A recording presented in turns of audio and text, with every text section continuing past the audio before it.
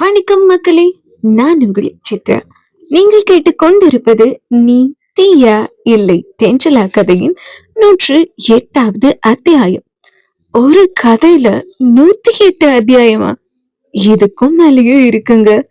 ஒவ்வொரு அத்தியாயமும் நான் ஸ்பெஷலா, ரொம்ப ஸ்பெஷலா எழுதியிருக்கேன்.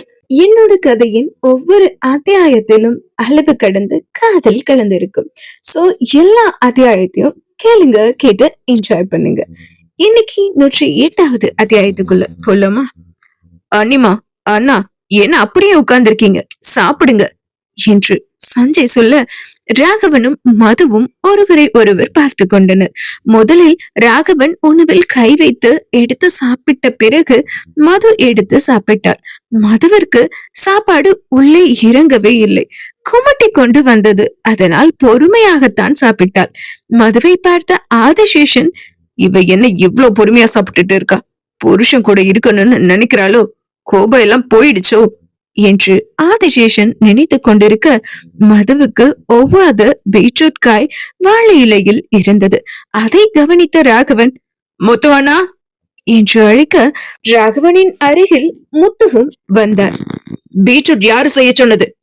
இந்த காயை எடுத்துட்டு வேற காய வைங்க என்று ராகவன் சொல்ல, தனக்காகத்தான் ராகவன் சொல்கிறான் என்பதை உணர்ந்த மதுவிற்கு முகமெல்லாம் பூரிப்பாக இருந்தது. ராகவனுக்கும் மதுவிற்கும் தனிமை கிடைக்க வேண்டும் என்பதற்காக சஞ்சய், திவ்யா, வாசு, சாத்விகா, ஆதித்யன், சீதா அனைவரும் சீக்கிரமே சாப்பிட்டு விட்டு கிளம்பிவிட, ஆதிசேஷன் மட்டும் கிளம்புவேனா என்று அமர்ந்திருந்தான். ராகவன் சாப்பிட்டு முடித்துவிட்டு மது அமர்ந்திருந்த சேரின் மேல் ஒற்றை கையை பின்புறமாக வைத்துக்கொண்டு ஒய்யாரமாக கால் மேல் கால் போட்டு ஆதிசேஷனையே திமிராக, என்ன நினைச்சாலும், நீ என்ன நினைச்சாலும் என்ன பண்ணாலும் என் பொண்டாட்டிக்கு என்கிட்ட இருந்து பொறிக்க முடியாதுடா என்னும்படியாக அவனையே பார்த்து கொண்டு அமர்ந்திருந்தான். அப்போதுதான் கவனித்தான் ஆதிசேஷன். மது உதட்டோறும் அப்பளத்தின் ஒரு சிறிய துண்டு ஒட்டி இருக்க, மதுவின் முன்னால் அமர்ந்திருந்த ஆதிசேஷன், மது என்றான். மதுவும் ஆதிசேஷனை பார்த்தாள். அவனின் உதட்டோரம் கையை வைத்து காட்டி, அப்பளம் என்று சொல்ல, மதுவுக்கு ஒன்றுமே புரியவில்லை. என்ன என்பது போல் அவனை பார்த்து கொண்டிருந்தாள் மது. இருவரையும் கவனித்த ராகவன் மதுவை கவனித்தான். இப்போது ஆதிசேஷன் சொன்னது ராகவனுக்கு புரிந்தது. உன்னோட உதட்டோரம் அப்பளம் ஒட்டி இருக்கிறது கூட நலன் விரும்பியால தாங்க முடியல பாரு மிஸ்ஸஸ் ராகவன் என்று மதுவை அவன் புறம் திருப்பியவன் அவளின் விழிகளை ஹால பார்த்தவாறே அவளின் இதழோரம் ஒட்டி இருக்கும் அப்பள துண்டை அவளின் இதழில் தன் இதழை பொருத்தி முத்தமிட்டபடியே தன் வாய்க்குள் எடுத்துக்கொண்டவன் அவளை விட்டு எழுந்து ஆதிசேஷனை பார்த்து, அப்பளம் ஸ்வீட்டா இருக்குமா மிஸ்டர் ரணதீரன் என்று நக்கலாக கேட்டபடியே அங்கிருந்து நகர்ந்தான். ராகவனின் இந்த செயலை பார்த்ததும் ஆதிசேஷனுக்கு பொங்கிக் கொண்டு வந்தது கோபம். முகமெல்லாம் சிவந்து போனது. என்னதான் இருந்தாலும், சண்டை போட்டு பிரிஞ்சிருந்தாலும் அவ என் பொண்டாட்டிடா என்று சொல்லாமல் சொல்லிவிட்டு சென்று விட்டான் ராகவன். மோதுதான் ராகவனின் இந்த செயலில் விக்கித்து நின்று விட்டார்.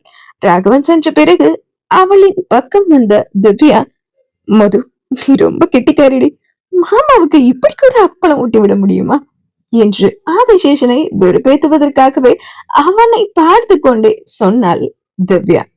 நீ வேறடி, சும்மாரு, நீ நினைக்கிற மாதிரி எல்லாம் பொண்ணும் இல்லடி என்றாள் மது. ஓய் சும்மா சொல்லாத, இங்க என்ன நடக்குதுன்னு நாங்க எல்லாரும் ஓரமா நின்று பார்த்துட்டு தான் இருந்தோம் என்று திவ்யா சொல்ல, மதுவும் திரும்பி பார்த்தாள். வாசு, சீதா, சஞ்சய், சாத்விகா, ஆதித்யன் என அனைவரும் நின்றிருந்தனர். மாம்ஸ், உன் தங்கச்சிக்கு சரியான ஓட்டவை, நம்ம ஒளிஞ்சு நின்று பாக்குறது விஷயத்த சொல்லிட்டா போல அன்னிமா திரும்பி பாக்குறாங்க என்று சஞ்சய் சொல்ல, சரிடா சரி, இன்னும் இங்கே நிற்காம கிளம்புவோம் என்றான் வாசு.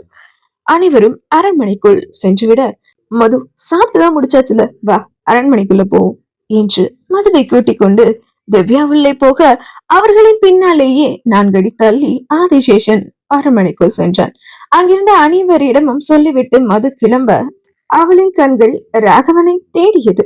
அவளின் கண்கள் ராகவனை தேடுவதை உணர்ந்த வாசு, ராகவன் கிளம்பிட்டாமா என்று சொல்ல, நான் கேட்கவே இல்லையேனா, நான் கிளம்புறேன் என்று சொல்லிவிட்டு ஆதிசேஷனோடு மது கிளம்பிவிட, ஆதிசேஷனுக்கோ ஆத்திரம். ராகவன் தன் முன்னால் மதுமிதாவை முத்தமிட்டு தன் நினைப்பில் மண் அள்ளி போட்ட ஆத்திரம்.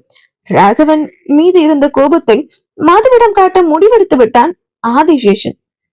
பவன் கார்மெண்ட்ஸுக்கு மதுவை அழைத்து சென்ற ஆதிசேஷன் மதுவோடு அங்கிருக்கும் அவளது அறை வரை சென்றவன், ஆல் தி பெஸ்ட் மது, இன்னைக்கு ஃபாரின் கிளைண்ட்ஸோட மீட்டிங் இருக்குல்ல, சக்சஸ்ஃபுல்லா முடிங்க, நான் கிளம்புறேன் என்று சொல்லிவிட்டு ஆதிசேஷன் கிளம்ப, முரளியோடு மது மற்ற வேலைகளை எல்லாம் பார்க்க ஆரம்பித்தாள்.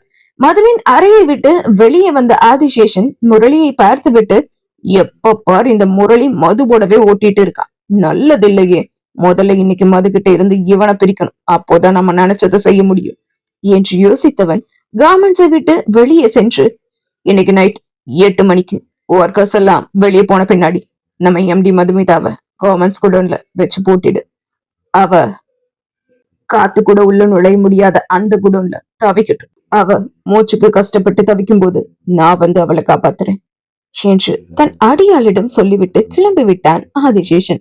அன்று மாலை 6 மணி இருக்கும். ராகவன் வாசுவிடம், வாசு, ஓம் ஸ்பைக்கு போன் பண்ணி மது எங்க இருக்கான்னு கேளு என்றான் ராகவன். ஏன் மச்சான், என்னாச்சு என்று வாசு கேட்க, சொன்னதை செய்டா என்றான் ராகவன். வாசுவும் ராகவன் சொன்னது போலவே முரளிக்கு போன் செய்து மது கவர்மெண்ட்ஸ்ல இருக்கும் விஷயத்தை தெரிந்து கொண்டான்.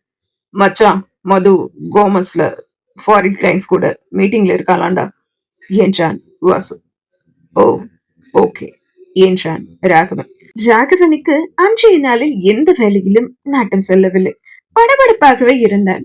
அவன் உள்மனது மதுவை தேடிப்போ என்று சொல்லிக் கொண்டே இருந்தது.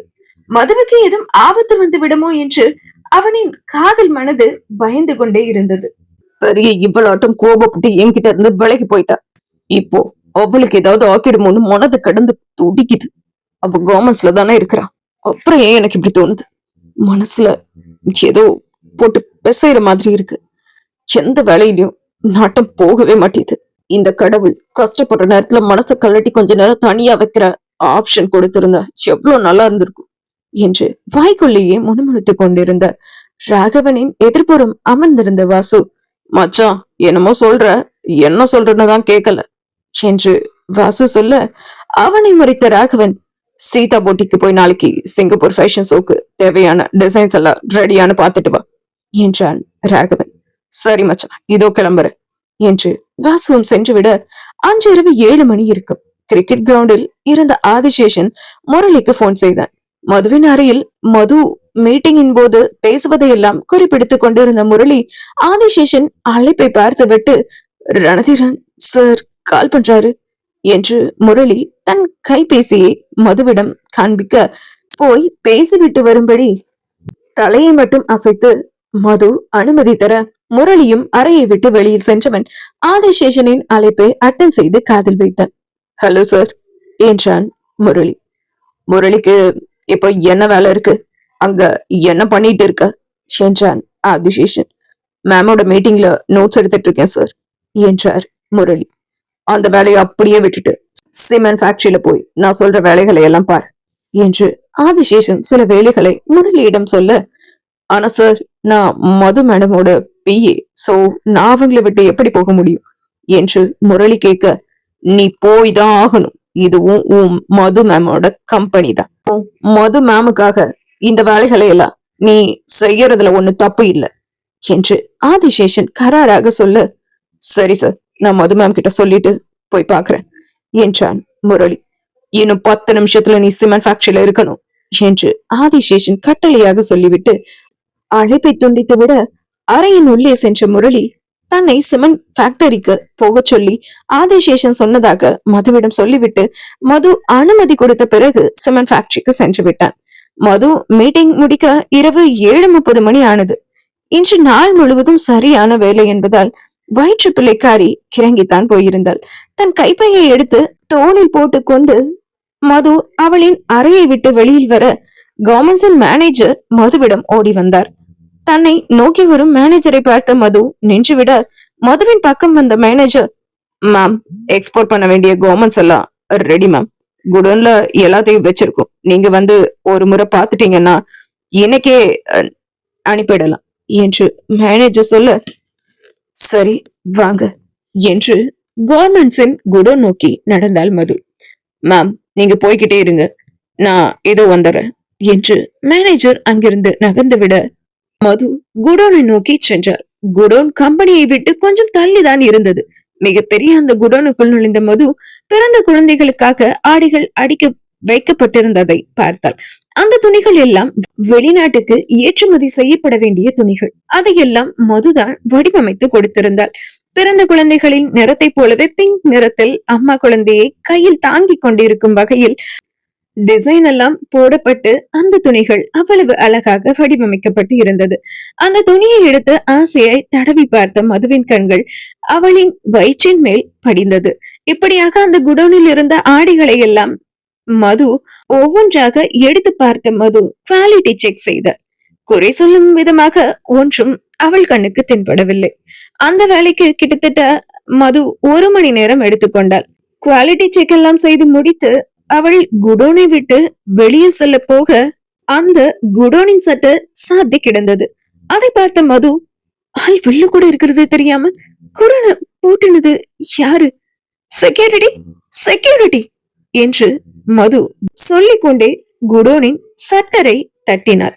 செக்யூரிட்டி, செக்யூரிட்டி என்று கத்தி பார்த்தாள் மது. ஆனால் யாருமே குடோனின் முன்பு இல்லை. 8 மணிக்கே கவர்மெண்ட்ஸில் வேலை செய்யும் ஆட்கள் எல்லாம் கிளம்பிவிட செக்யூரிட்டி குடோனில் மது அலரும் சத்தம் கேட்டும் கேட்காதது போல் கம்பெனியை பூட்டிவிட்டு மேனேஜரோடு சேர்ந்து மது குடிக்க சென்று விட்டான். மது குடோனில் அடிக்கப்பட்டிருக்கும் விஷயம் தெரிந்து ஆதிசேஷன் சத்தமாக சிரித்துக் கொண்டான். அவ முத்தம் கொடுத்தான், மயங்கி போய் அப்படியே உட்கார்ந்திருப்பியா மது? ராகவன் மேல உனக்கு இருக்க வேண்டியது கோபம், வெறுப்பு. இதுதான் இருக்கணும். அதையும் மீறி காதல், அன்பு, பாசம் ஏதாவது இருந்துச்சுன்னா இப்படித்தான் அல்லாத குடோன்ல கிடந்து கதற வேண்டியதா இருக்கும். அவன் முத்தம் கொடுக்கல, நீ அவனை தள்ளி விட்டு இருந்தன்னா இந்த இந்த இந்த கஷ்டம் உனக்கு வந்திருக்காது. இல்ல நீ அரைஞ்சிருந்தா உன்னை தூக்கி கொண்டாடி இருப்பேனா. ஆனா நீயோ அவன் முத்தத்தை உள்வாங்கிட்டு, உன்னெல்லாம் என்ன பண்ணணும் தெரியுமாடி? எனக்கு வர்ற கோபத்துக்கு உன்னை கொல்லணும் போல இருக்கு. ஆனா முடியாதே. இன்னும் ஒரு 2, 3, 4, 5 மணி நேரம் நீ அங்கேயே கெட. நீ மூச்சுக்கு தவிக்கும் போது நல்லவ மாதிரி நான் வந்து உன்னை காப்பாத்துறேன் என்று தனக்குத்தானே சொல்லிக் கொண்டான் ஆதிசேஷன். ஆதிசேஷனை சுற்றி இருந்த அடியாள்களில் ஒருவன், பாஸ், அந்த மதுவை ராகவன் வந்து காப்பாத்திட்டா என்ன பண்றது என்று கேட்க, அவனுக்கு இந்த விஷயம் தெரிய வாய்ப்பில்லை. மது கவர்மெண்ட் ஸ்கூல்ல கிடக்கிறது நமக்கு மட்டும் தான் தெரியும். உங்கள யாராவது சொன்னாதான் உண்டு. அப்படி சொல்ல யாருக்காவது என்ன இருக்கா என்று ஆதிசேஷன் கேட்க, வேகமாய் இல்லை என்பது போல் தலையாட்டினர் ஆதிசேஷனின் அடியாட்கள். மதுவிற்கு அந்த குடோனுக்குள் மூச்சு விடக்கூட கஷ்டமாக இருந்தது.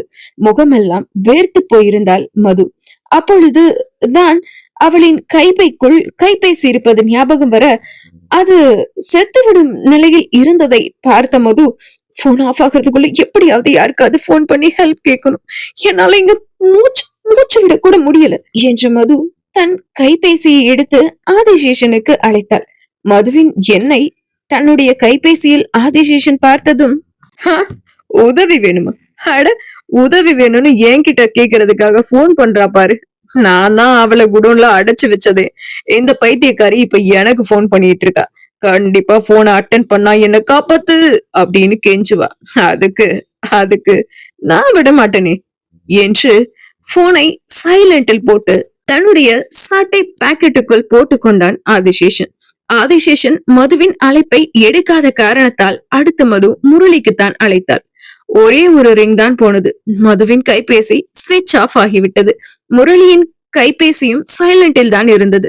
அதுவும் சிமெண்ட் ஃபேக்டரிக்குள் முரளி நுழைந்த அடுத்த நொடி அந்த ஃபேக்டரியின் மேனேஜர் முரளியின் கைபேசியை வாங்கி லாக்கரில் போட்டு பூட்டி விட்டார். இதுவும் ஆதிசேஷனின் ஏற்பாடுதான். அங்கு வேலை செய்யும் அனைவரின் கைபேசியும் லாக்கரில் தான் இருக்கும் என்பதால் முரளி அதை பெரிய விஷயமாய் எடுத்துக்கொள்ளவில்லை. முரளி மதுவின் பிஏ வேலையை மட்டும் பார்க்கவில்லை, அவளின் பாதுகாவலனாயும் இருந்ததால் அவசரமாக வேலையை முடித்துவிட்டு தன் கைபேசியை லாக்கரில் இருந்து எடுத்தவன் மதுவின் மிஸ்டிகாலை தன் கைபேசியில் பார்த்துவிட்டு மதுவின் எண்ணுக்கு அழைத்தான். மதுவின் கைபேசி ஸ்விட்ச் ஆஃப் என்று வந்ததால் குழம்பி போன முரளி நேரே கார்மெண்ட்ஸுக்கு சென்றான். கார்மெண்ட்ஸ் பூட்டப்பட்டு இருந்ததால் மது ஒருவேளை வீட்டுக்கு சென்று இருப்பாளோ என்று நினைத்தவன் பட்டம்மாவிற்கு கால் செய்ய மது மாளிகையில் வேலை செய்யும் பட்டம்மா மது இன்னும் வீட்டிற்கு வரவில்லை என்னும் தகவலை சொன்னதும் பதறி போன முரளி நேராக வாசுவிற்கு போன் அடித்தான். முரளி வாசுவிற்கு அழைக்கும் போது மணி 11 இருக்கும். வாசு அயர்ந்து தூங்கிக் கொண்டிருந்தான். அவனின் கைபேசி அலறல் வாசுவின் செவிகளில் எட்டவில்லை. ஐயோ வாசு சார் எடுக்க மாட்டேங்கிறாரே, இப்ப என்ன பண்றது என்று யோசித்த முரளி ராகவன் எண்ணுக்கு அழைத்தான். ராகவன் அலுவலகத்தில் தான் இருந்தான். தன் கைபேசி அடிக்கவும் எடுத்து பார்த்த ராகவன் ட்ரூ காலரில் முரளி என்ற பெயர் வரவும் புருவம் சுருங்க அவனின் அழைப்பை அட்டன் செய்து ஹலோ என்றான். சார் சார் நான் முரளி பேசுறேன் சார். மது மேடம் கொஞ்ச நேரத்துக்கு முன்னாடி எனக்கு கூப்பிட்டு இருந்தாங்க சார்.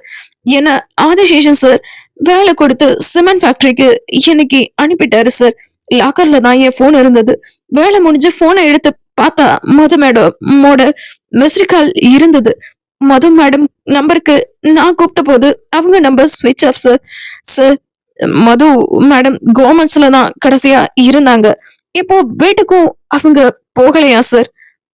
சார் மது மேடம்க்கு என்னாச்சுன்னு தெரியல சார். இப்போ என்ன பண்றதுன்னு எனக்கு தெரியல சார் என்று முரளி சொல்லி முடிக்க, நீ மதுவோட பிஏ தானே, அவளை தனியா விட்டுட்டு எங்கேயும் போக கூடாதுன்னு உனக்கு தெரியாது?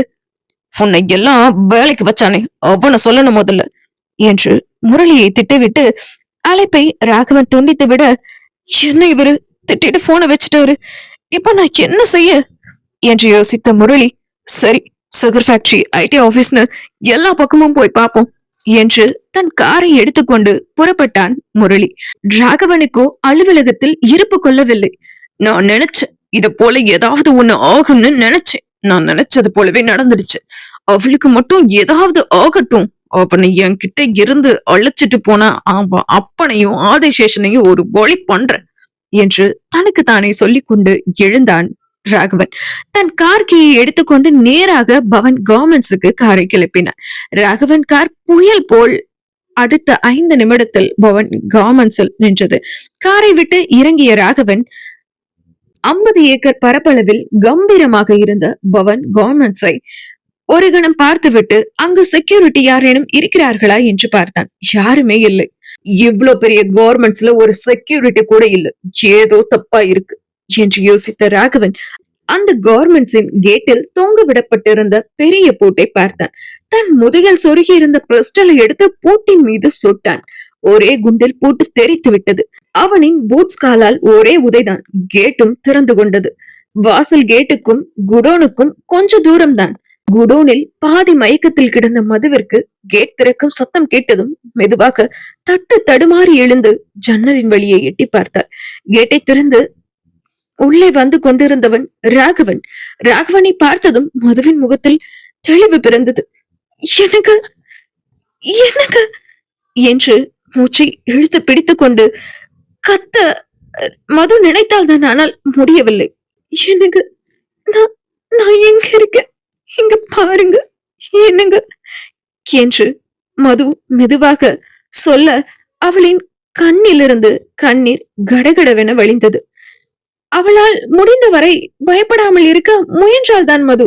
இருந்தும் அவளுள் இருக்கும் ராகவனின் வாரிசுக்கு எதுவும் ஆகிவிடுமோ என்று பயந்து போனாள் மது. பாப்பா ஒன்னும் பயப்படாதீங்க, அப்பா அப்பா அப்பா வந்துட்டார், நமக்கு எதுவும் ஆகாது என்று தன் வயிற்றை தடவி சொன்னவளுக்கு நான் வறண்டது. அந்த குடோனில் தண்ணீர் எதுவும் இருக்கிறதா என்று கண்களை சுழல விட்டு பார்த்தாள் மது. தூரத்தில் ஒரு மண்பானையில் தண்ணீர் இருப்பதை மது பார்த்தாள். தட்டு தடுமாறி மண்பானையின் பக்கம் சென்றாள் மது. பானையில் இருந்த தண்ணீரை கண்டதும் மொண்டு குடிக்க குவளை எதுவும் அருகில் இருக்கிறதா என்று பார்த்தாள் மது. எதுவுமே இல்லை. பானையில் இருந்த தண்ணீரை கைகளாலேயே அள்ளி எடுத்து பருகினாள். இதே சமயம் ராகவனோ கவர்மெண்ட்ஸின் பின்னே இருந்த பார்க்கிங்கில் சென்று பார்த்தான். மதுவின் கார் அங்கேதான் இருந்தது. மது இங்கதான் இருக்கிறா என்று ராகவன் தனக்குத்தானே சொல்லிக் கொண்டவன் மது மது என்று கத்தினான். கோமன்ஸின் முன்னே வந்தவன் கோமன்ஸின் கதவை திறக்க பார்த்தான். முடியவில்லை. கதவின் பக்கம் இருந்த மிகப்பெரிய கண்ணாடியை பார்த்ததும் தன் பிரிஸ்டலை எடுத்து கண்ணாடியை சுட்டான். கண்ணாடி நொறுங்கி விழுந்தது. கோமன்ஸுக்குள் சென்ற ராகவன் மது எங்க இருக்க நீ மது மது என்று கத்தியவாறே மதுவை அங்குமிங்கும் தேடினான். மதுவின் அலுவலக அறை சென்று பார்த்தவன் அவ்வளவு பெரிய கோமன்ஸில் ஒரு இடம் விடாமல் தேடினான். மது எங்கும் இல்லை. கோமன்ஸை விட்டு வெளியில் வந்தவன் மது என்று கத்தினான். அவன் கத்திய கத்தில் இடி இடித்து பலமான மழையும் பெய்ய ஆரம்பித்தது.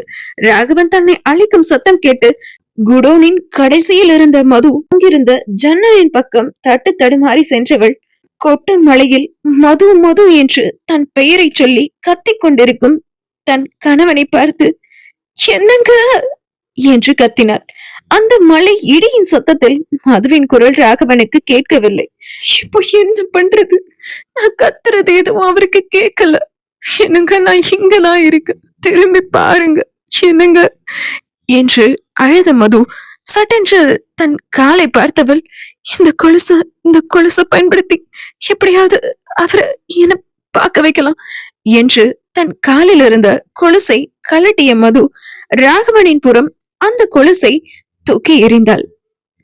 மது தூக்கி எறிந்த அந்த கொலுசு ராகவனின் மேல் விழுந்தது. தன் மீது ஏதோ விழுவதை பார்த்த ராகவன் தன் கோட்டை பார்த்தான். அவன் கோட்டின் சட்டை பாக்கெட்டில் கொலுசு ஒன்று மாட்டி கிடந்தது. அந்த கொலுசை கையில் எடுத்து பார்த்தான் ராகவன். அது மதுவின் கொலுசுதான். அப்பொழுதுதான் ராகவன் அங்கிருந்த குடோனை கவனித்தான். ஒருவேளை மது எங்குதான் இருக்கிறாளோ என்று குடோனின் பக்கம் சென்றவன் மது மது என்று கத்தியபடியே குடோனின் சட்டரை தட்டினான். மதுதான் குடோனின் கடைசியில் இருக்கிறாளே. அவள் இருக்கும் நிலைக்கு குடோனின் சட்டர் பக்கம் வந்து மீண்டும் ராகவனுக்கு பதில் கொடுக்கும் விதமாக அந்த ஷட்டரை தட்டவும் முடியாது. எனக்கு என்னால முடியல, என்னால நடந்து வர முடியல, நான் உள்ளதான் இருக்கேன், எப்படியாவது உள்ள வந்துடுங்களே என்று மது அழுது கொண்டு ஜன்னலில் சாய்ந்து நின்றிருந்தாள்.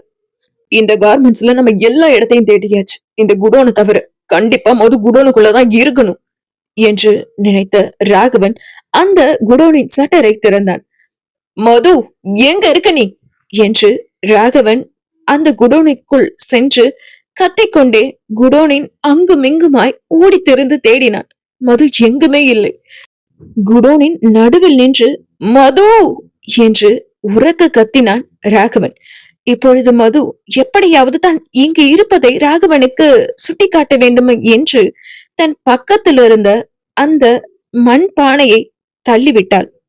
அமைதியாக இருந்த அந்த குடோனில் பானை விழும் சத்தம் கேட்கவும் அந்த சத்தம் வந்த திசையை நோக்கி ராகவன் ஓடினான்.